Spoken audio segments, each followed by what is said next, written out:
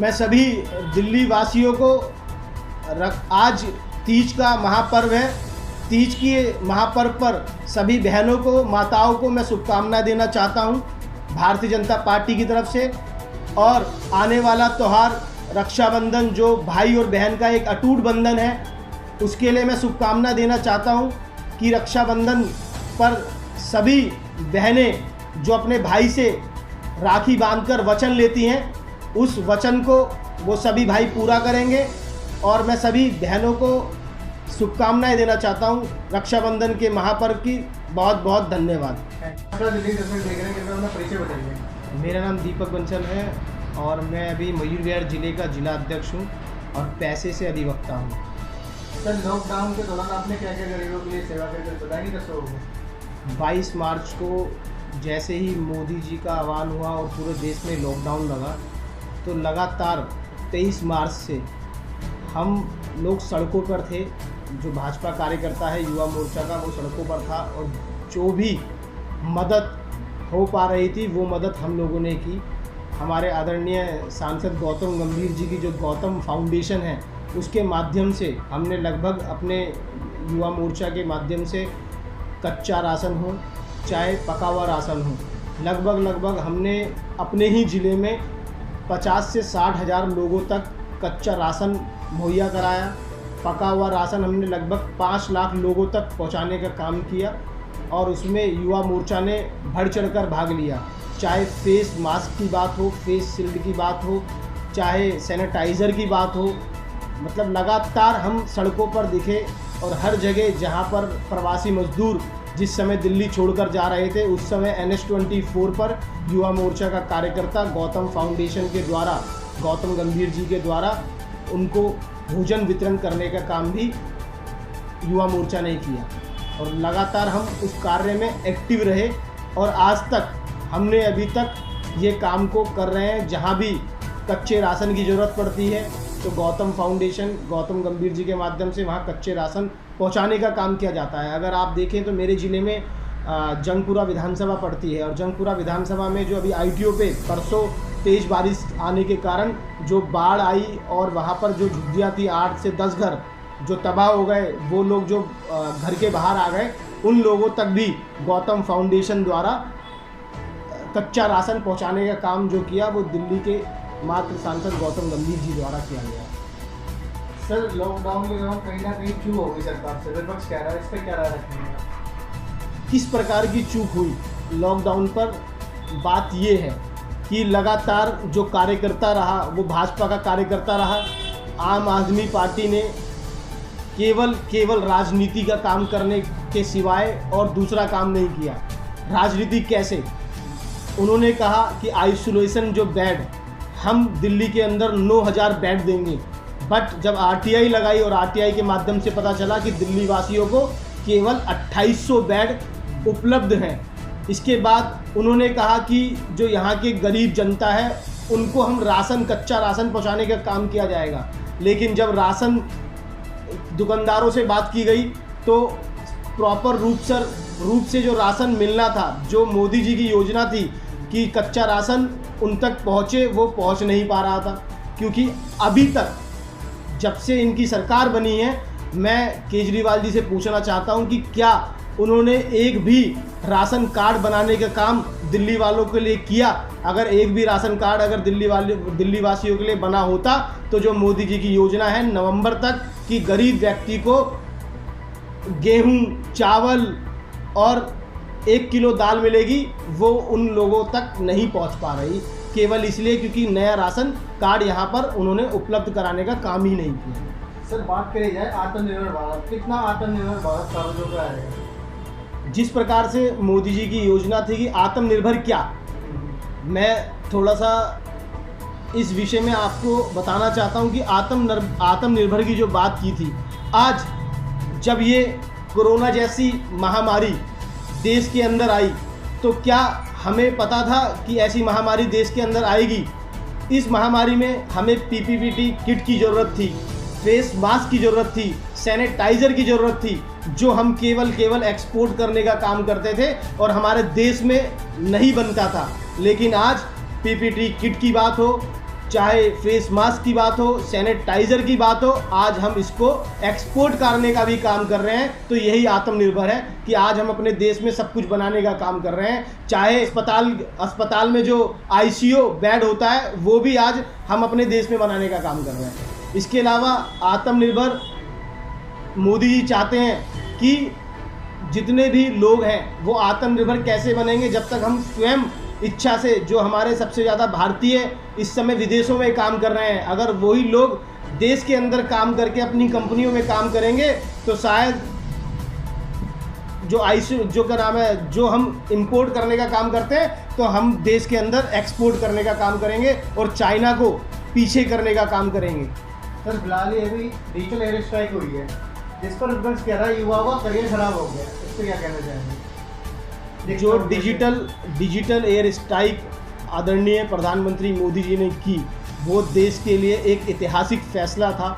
जिस प्रकार से चाइना हमारे देश को आग दिखाने का काम कर रहा था, और जो घटना, वो जून की घटना जो वहाँ पर लद्दाख में हुई, वो घटना बड़ी ही दुर्भाग्यपूर्ण थी कि हमारे सैनिकों को मारने का काम चाइना ने धोखे से किया।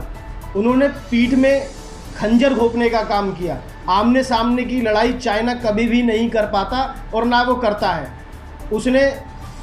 उसने जो काम किया उसके लिए, ये सबक दिखाने के लिए और पूरे विश्व को दिखाने के लिए हमें डिजिटल एयर स्ट्राइक करनी बहुत ज़रूरी थी कि कुछ बिना किए डिजिटल स्ट्राइक के माध्यम से आज चाइना आग बबूला हो गया। और इसलिए चाइना अब पीछे हटने के लिए तैयार हो चुका है। उसको पता है कि एक भारत देश ऐसा है जो आज विश्व गुरु की ओर अग्रसर है। कोरोना के समय चाहे अमेरिका ने कहा हो कि मलेरिया की दवाइयाँ हैं, मेडिसिन है, हमने एक्सपोर्ट काम करने का काम किया और लगभग मोस्टली सभी देशों में हमने दवाइयाँ, मेडिसिन एक्सपोर्ट की। ये हमारे लिए गर्व की बात है कि हम पहले जो चीज़ें इंपोर्ट करते थे आज वो एक्सपोर्ट कर रहे हैं। वत्सल जी, बात करी जाए आदरणीय पार्टी थी, आपने बीजेपी क्यों ज्वाइन करी? मैं बचपन से 2000 जब मैंने अपना होश संभाला और जब मैंने 12th पास की, जब मैं कॉलेज गया, मैं देशबंधु कॉलेज में पॉलिटिकल साइंस ऑनर्स का विद्यार्थी था, तब मैंने वहाँ जाकर देखा कि वहाँ पर जो छात्र संगठन है, एक छात्र संगठन NSY था जो केवल बातें करता था, और एक संगठन अखिल भारतीय विद्यार्थी परिषद था जो वहाँ पर रहकर छात्रों की मदद से लेकर छात्रों के लिए आंदोलन, छात्रों की लड़ाई सड़क से लेकर संसद तक करता था। वो संगठन था अखिल भारतीय विद्यार्थी परिषद, जो RSS की एक छात्र संगठन है, छात्र इकाई है। मैं उस छात्र इकाई से जुड़ा और मैंने समझा कि जो राष्ट्रवाद की बात करने वाला एकमात्र संगठन अखिल भारतीय विद्यार्थी परिषद है, उसके लिए चुनाव दूसरी सीढ़ी है, लेकिन पहली सीढ़ी, पहला काम केवल राष्ट्रीयवाद है। और जो भी मुद्दे होते थे राष्ट्र को लेकर, चाहे छात्रों के आंदोलन की बात हो, FIOP जो 4 ईयर का इन्होंने प्रोग्राम कांग्रेस सरकार के टाइम पे चालू किया था, उस आंदोलन में भी मैंने बढ़ चढ़ के हिस्सा लिया। अन्ना का आंदोलन हुआ, उसमें भी बढ़ चढ़ कर हिस्सा लिया। तो उसमें अखिल भारतीय विद्यार्थी परिषद बहुत ज़्यादा एक्टिव रहा। तो मैं अखिल भारतीय विद्यार्थी परिषद से दिल्ली विश्वविद्यालय छात्र संघ का भी चुनाव लड़ा और दिल्ली विश्वविद्यालय सह सचिव का चुनाव मैं 2011 में 3000 वोटों से जीता। और जीतने के बाद मैं लगातार विद्यार्थी परिषद का कार्यकर्ता होने के नाते छात्रों के हितों के लिए भी मैंने युवाओं के लिए पूरी दिल्ली भर में हर कॉलेज में काम किया। चाहे यू स्पेशल की बात हो, महाराजा अग्रसेन कॉलेज में ही मैंने बस चलाने का उस समय काम किया था। जो मुझसे काम हो पाया एक कार्यकर्ता होने के नाते विद्यार्थी परिषद मैंने किया। जब मुझे लगा कि अब मैं कॉलेज से पास आउट हो गया हूँ, मैंने लॉ किया, लॉ भी मेरी कंप्लीट हो गई, तो मुझे अब छात्र राजनीति को छोड़कर जो मेरे जूनियर हैं उनको भी बढ़ने का काम करना चाहिए। तो मैंने फिर उस समय भारतीय जनता पार्टी ज्वाइन करने का काम किया। और भारतीय जनता पार्टी इसलिए ज्वाइन करी कि एकमात्र पार्टी और पूरे विश्व में सबसे बड़ी पार्टी है इस समय, केवल राष्ट्रवाद की बात करती है। जो मोदी जी कहते हैं उन्होंने वो पूरा करने का काम किया। आज 5 अगस्त को मैं सभी देशवासियों को और सभी दिल्ली वासियों को शुभकामनाएं देना चाहता हूं कि यह लोग, जो ये विपक्ष पार्टियां थी, पहले बात करती थी कि भैया राम मंदिर की तारीख तो बता दो। अब मैं उनको तारीख बताने जा रहा हूँ कि 5 अगस्त तारीख है, राम मंदिर 5 तारीख के बाद बनना स्टार्ट होगा और आदरणीय मोदी जी उसकी नींव रखने वाले हैं। तो यह ऐसी पार्टी है जो कहती है वो करती है। किसी ने सोचा था कि 370 हमारे देश से हट पाएगा? जो कश्मीरी अलगावादी केवल 370 को लेकर राजनीति कर रहे थे, उन अलगावादियों की कमर तोड़ने का काम केवल भारतीय जनता पार्टी ने किया। 370 राम मंदिर, इसके अलावा ट्रिपल तलाक कि ट्रिपल तलाक, हम सामने विपक्ष पार्टी हमेशा यह बात उठाती है कि हम मुस्लिम विरोधी रहते हैं, लेकिन मुस्लिम महिलाओं के लिए यह कानून पास कराने का काम जिसने किया वो भारतीय जनता पार्टी थी, क्योंकि उसको दर्द पता है महिलाओं को।